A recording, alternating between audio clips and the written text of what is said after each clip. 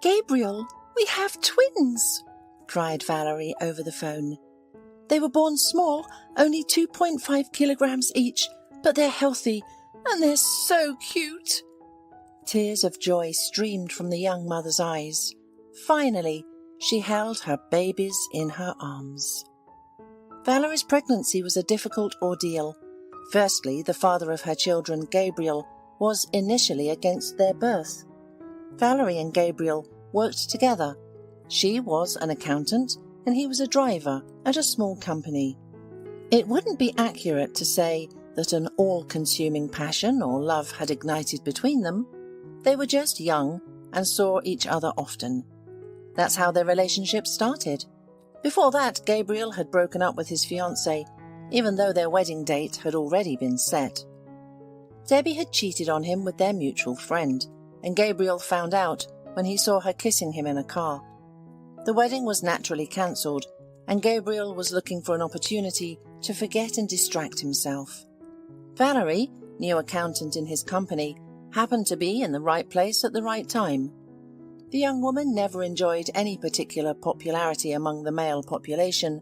Her bright red hair, sticking out in all directions, and freckles all over her face made her look like Pippi Longstocking. Plus, she was overweight, which she fought with since schooltime with varying success.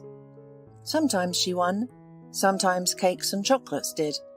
Gabriel was the first guy with whom she had a real long-lasting relationship. Naturally, Valerie plunged into it head first, falling in love with all her heart.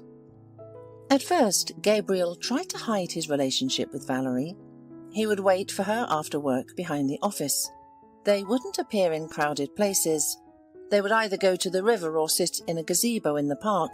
However, since they lived in a small town, everything soon became obvious. Gabriel's acquaintances would ask him about his relationship with the new accountant, and the guy, to spite his ex-fiancée, would brag to everyone about his great love for Valerie. These rumours reached Valerie as well.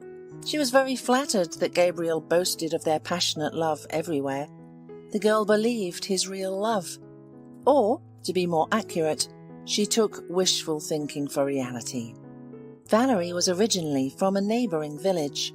In town, she had graduated from vocational school and worked, living with her aunt, an unmarried elderly woman. They lived well, each on their own. Her aunt was used to being alone, so Valerie's constant presence bothered her a little. However, the fact that Valerie brought home bags full of groceries and cooked for them herself somewhat softened her not-so-welcoming attitude. When her aunt found out that her niece was dating a guy, she was happy. She had a chance to marry off her beloved relative. One day, Nina found a pregnancy test with 2 stripes. And recently, the woman often noticed that her niece was nauseous in the mornings. But the girl didn't mention anything about the wedding. All this prompted her aunt to get to know Valerie's prospective fiancé's family. And it turned out that Nina knew Gabriel's mother. They had studied in parallel classes. The woman did not hesitate to visit her future relative. Gabriel's mother worked as a saleswoman in a store. It turned out that Gabriel's mother, Mrs. Travers, did not know that her son had found a girlfriend, and the fact that she was pregnant plunged Mrs. Travers into shock. The conversation with Nina gave rise to a serious conversation with Gabriel. "Son, it turns out you have a fiancé, and I still thought you were mourning for Debbie," expressed his mother. "Fiancé? No, I'm just going out with a girl, but it's nothing serious, and Debbie has nothing to do with this at all." "Nothing serious, you say? Then why does the whole town know about it? And why did her aunt come to talk about the wedding?" The mother did not give up. "About the wedding? Strange, we were not thinking about any wedding." The man was bewildered. "You're the one who hadn't thought, but your Valerie is pregnant, and she, of course, is thinking about the wedding. I think it's time for me to meet your future wife." So Gabriel found out that he would become a father in the foreseeable future. "Valerie, why didn't you tell me you were pregnant?" Gabriel asked at the next meeting. "I was afraid."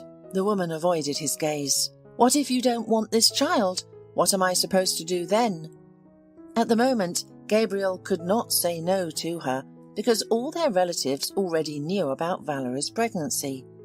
Anyway, a month later, Valerie married Gabriel. They did not have a wedding. They just got married and had a festive dinner in a large gazebo in the yard of Gabriel's parents. At a family meeting, it was decided that the young couple would live with Gabriel's parents. They had a large 2-story house in which there was a place for their son and his wife. Gabriel's older sister and her husband had long lived in the city, and of course she came to her brother's wedding. "Gabriel," she took her brother aside, "I don't understand how you could replace Debbie for her." The sister looked at Valerie, who in a light beige dress seemed immeasurable. The mother-to-be had visibly gained weight, her freckles were even more visible on her pale face, and her grey eyes seemed faded in the sun, almost transparent. "Debbie cheated on me. It was her choice, not mine," Gabriel answered.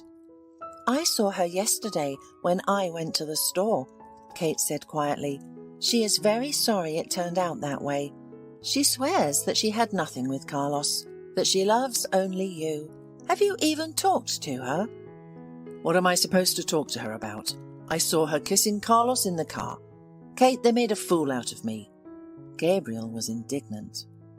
"And now you're making a fool out of yourself," the sister exclaimed. She categorically did not like this unremarkable, quiet girl, who was no match for Debbie, with whom Kate had long been friends. Meanwhile, Valerie was on cloud 9 of happiness. She was marrying her beloved man. She was absolutely not worried that her husband's sister was looking at her unkindly. That Gabriel himself was sullen, and not at all like a happy newlywed. The young woman simply enjoyed her happiness. She really loved Gabriel, and besides, she was pregnant with his child. The mother-in-law treated her pregnant daughter-in-law well, especially when an ultrasound showed that she was expecting twins. Gradually, Mrs. Travers learned from Valerie about how they met with Gabriel and how their relationship developed. It became increasingly clear that her son married her out of spite for his ex-fiancé. Gabriel remained completely indifferent to Valerie. He was not interested in her well-being, did not kiss her, did not hug her unnecessarily, did not show his feelings. He also tried not to mention the future babies, as if the mere mention of them was unpleasant to him. After a while, Gabriel began to stay at work more and more often. The young wife seemed not to notice any of this. She would have continued to live in her magical invented world if one day an attractive blonde had not approached her in the store. Valerie knew that strange woman had once dated Gabriel. She was flattered that Gabriel married her instead of Debbie. True, she did not know what caused this. "Yes, now I understand, Gabriel," the stranger said mockingly, examining Valerie from all sides. Valerie shrunk under her gaze. She knew she didn't look her best. A blurry figure, shapeless dress, freckles and pigmented spots on her face. Not the most attractive appearance. "What do you mean?" Valerie asked. "I understand why he's in no hurry to come home," the woman laughed. "You know who I am, don't you?" "I know you're my husband's ex-girlfriend," Valerie said, trying to remain calm. "Well, not quite an ex," Debbie said, smiling at her interlocutor. "Gabriel was wrong to marry you. You have nothing in common." "What do you mean, nothing? What about the kids?" Valerie exclaimed. "Well, except for the kids.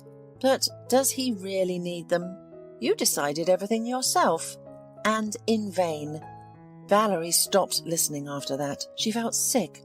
Her stomach ached so much that she barely made it home, where she was picked up by an ambulance. And now she was calling him from the maternity hospital to glad him with giving birth to their sons. "Gabriel, come over to us," Valerie asked her husband. "You can see the kids. They look a lot like you." Gabriel muttered something into the phone and the connection was cut. Valerie tried not to think about what had happened. She had their sons in her arms. He wouldn't abandon his babies. So, in a couple of days, Valerie returned home with her sons. They named the boys Kevin and George, after Valerie and Gabriel's fathers. The babies were very restless, and they each had their own schedule. When Kevin fell asleep, George woke up and demanded to be fed. As soon as George calmed down, Kevin started to cry and demand attention. Valerie was exhausted. She was torn between two babies. If it weren't for her mother-in-law's help, she wouldn't have coped. Mrs. Travers took time off to help her daughter-in-law with the children. Then she arranged with Valerie's mother, and they took turns looking after the grandchildren, helping Valerie. The young father tried not to approach the children unnecessarily. He still worked and came home late. He didn't share where he spent his spare time. "Son," said Mrs. Travers, filling Gabriel's bowl with soup, "what are you doing? The whole town is buzzing that you're involved with Debbie again. Wasn't it enough that she cheated on you, and that you have a wife and little sons at home? Doesn't bother you at all?" "No, it doesn't bother me." Gabriel looked at his mother without averting his gaze. "I don't care about them at all.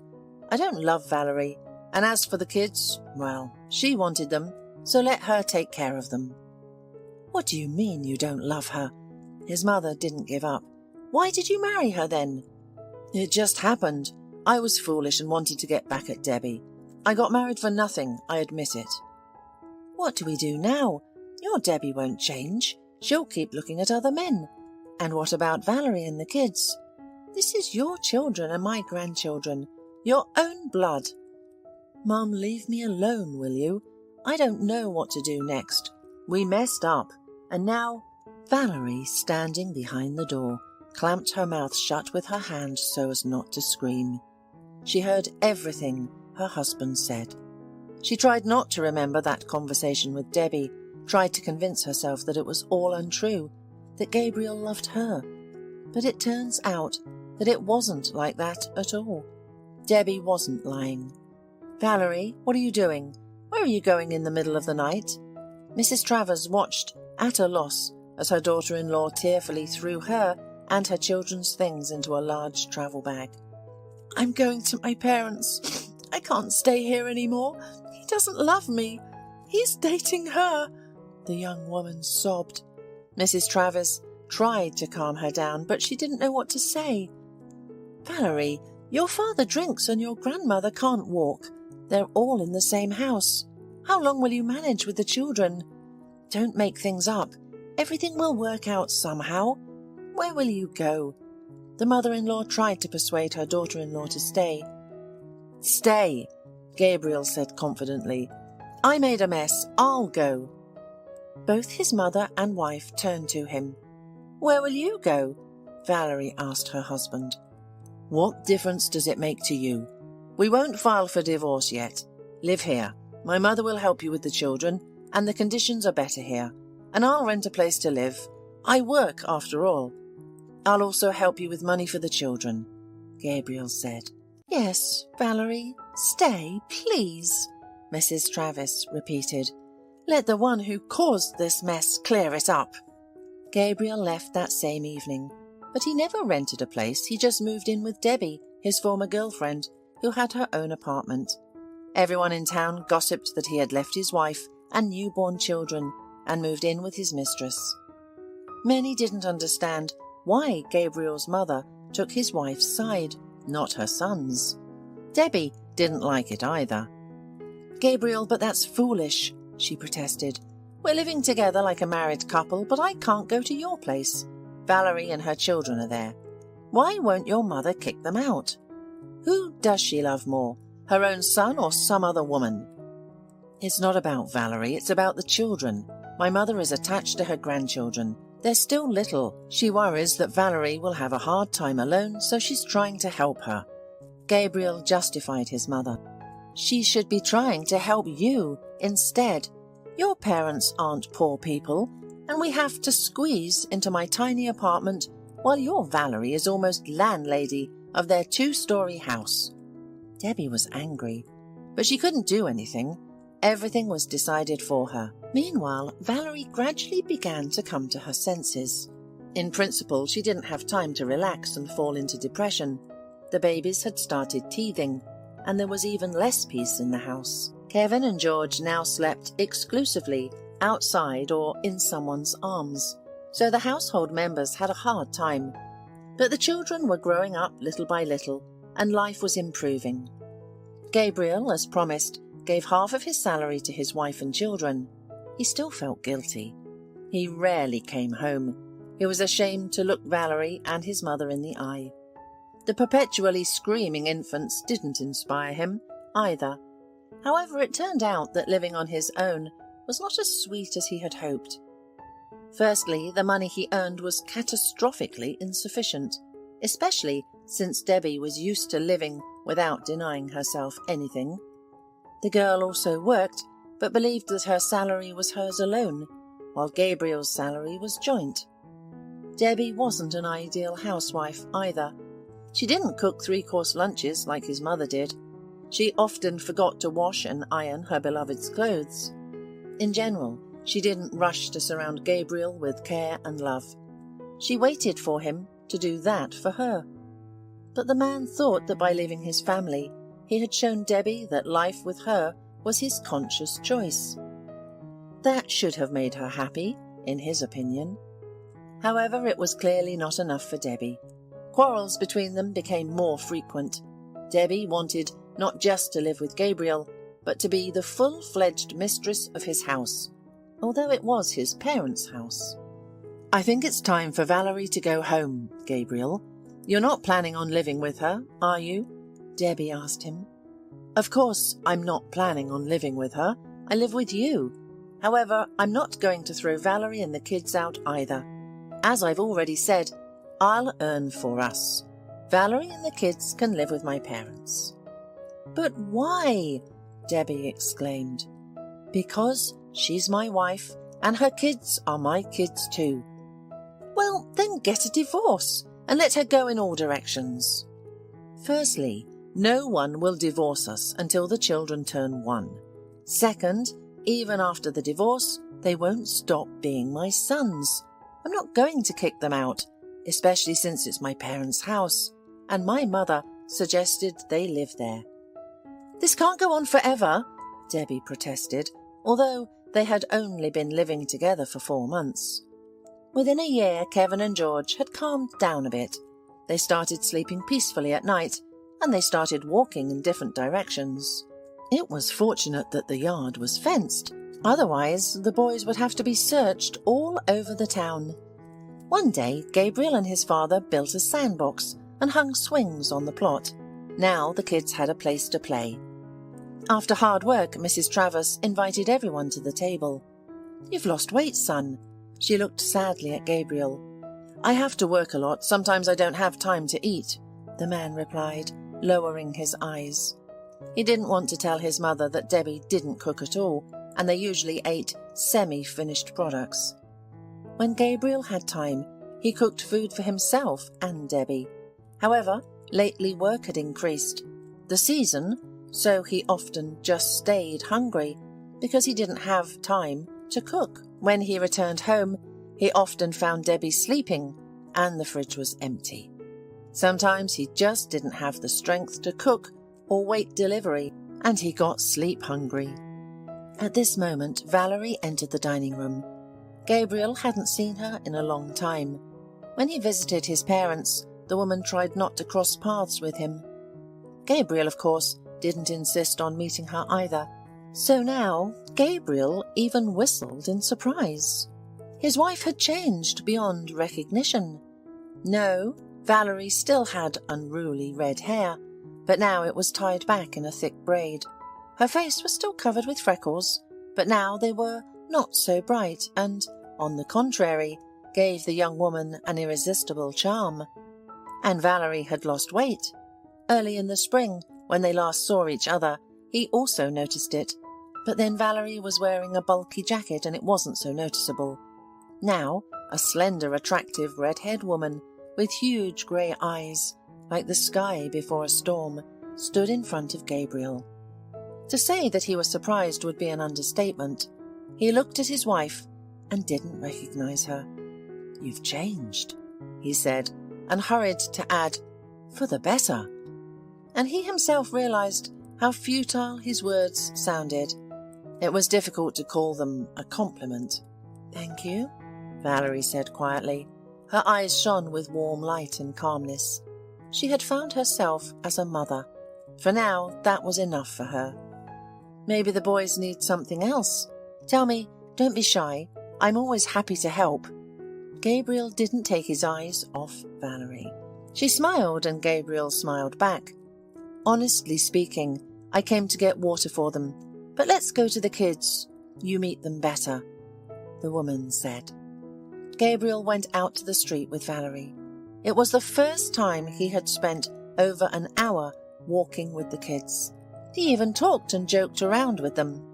"You know, Paul," said Gabriel's mother, watching from the window as her son tossed Kevin and George up in the air one by one.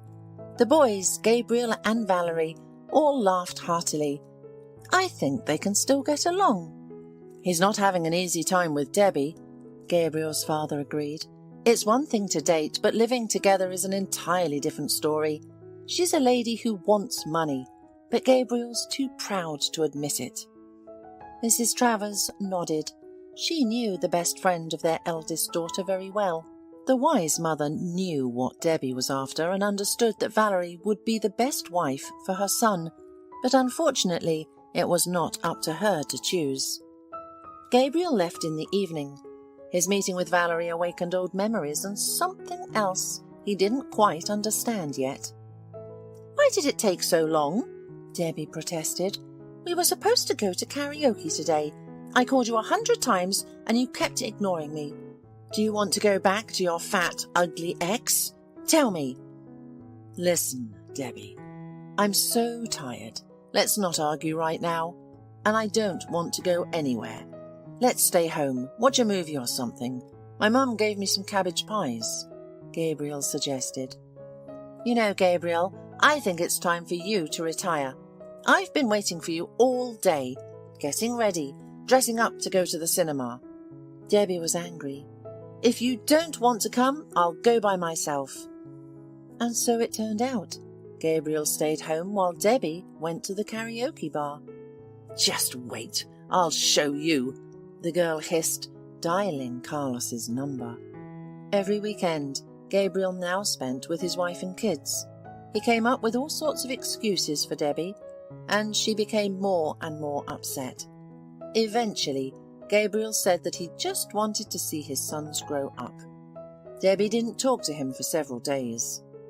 "If you want this so badly, go back to your wife and see them every day," she said angrily.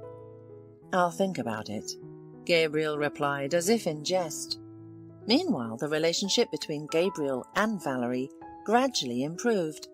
They talked about their children, life, common acquaintances, and plans for the future. "Maybe we should get a divorce?" Valerie asked one day. "You're living with another woman. Maybe you want to make it official with her. The kids are grown up now, so we can get divorced without any problems. If you'd like to." "Let's not rush," whispered the man quietly. "After all, we have 2 children. Maybe we will raise them together." Gabriel looked directly into Valerie's eyes. She did not look away.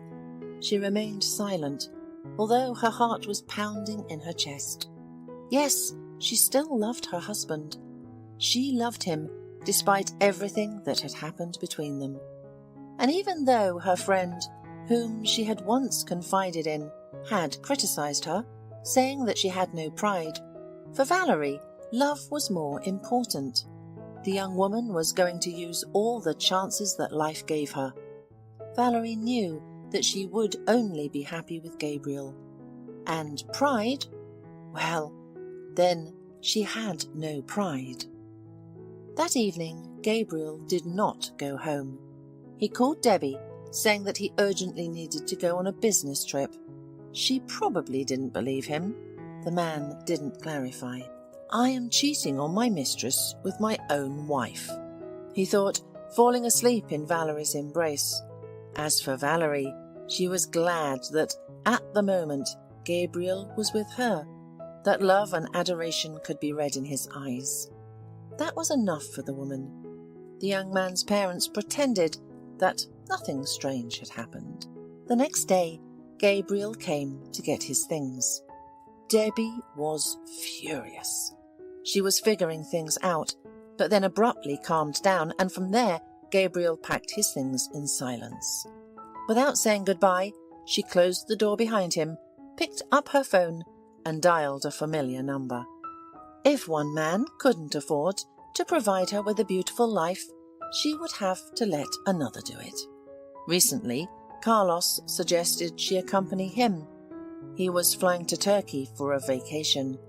Debbie hesitated because she wasn't certain about her relation with Gabriel, but now she agreed without hesitation. Seeing Gabriel with the suitcase, Valerie threw herself at him, crying with happiness. And again, Gabriel felt like a hero, giving happiness to his family. His parents watched the family reunion, smiling. "You were right, dear," the elderly man remarked. "Gabriel did come back to his wife." "I'm always right, dear," his wife smiled. "Yes, Carlos, I will marry you," Debbie answered her companion, smiling as if nothing had happened. After a few minutes, looking at the beautiful diamond ring given to her by the man. "And love? Well, it's not always a guarantee of happy relationships," Debbie thought, staring into the distance. "Without love, it's somehow easier, not so stressful." Meanwhile, on the other side of Earth, Valerie was thinking oppositely. "Love is the most important thing. My love saved our marriage." She was basking in her husband's embrace and still couldn't believe her happiness. Each of these women was right in her own way.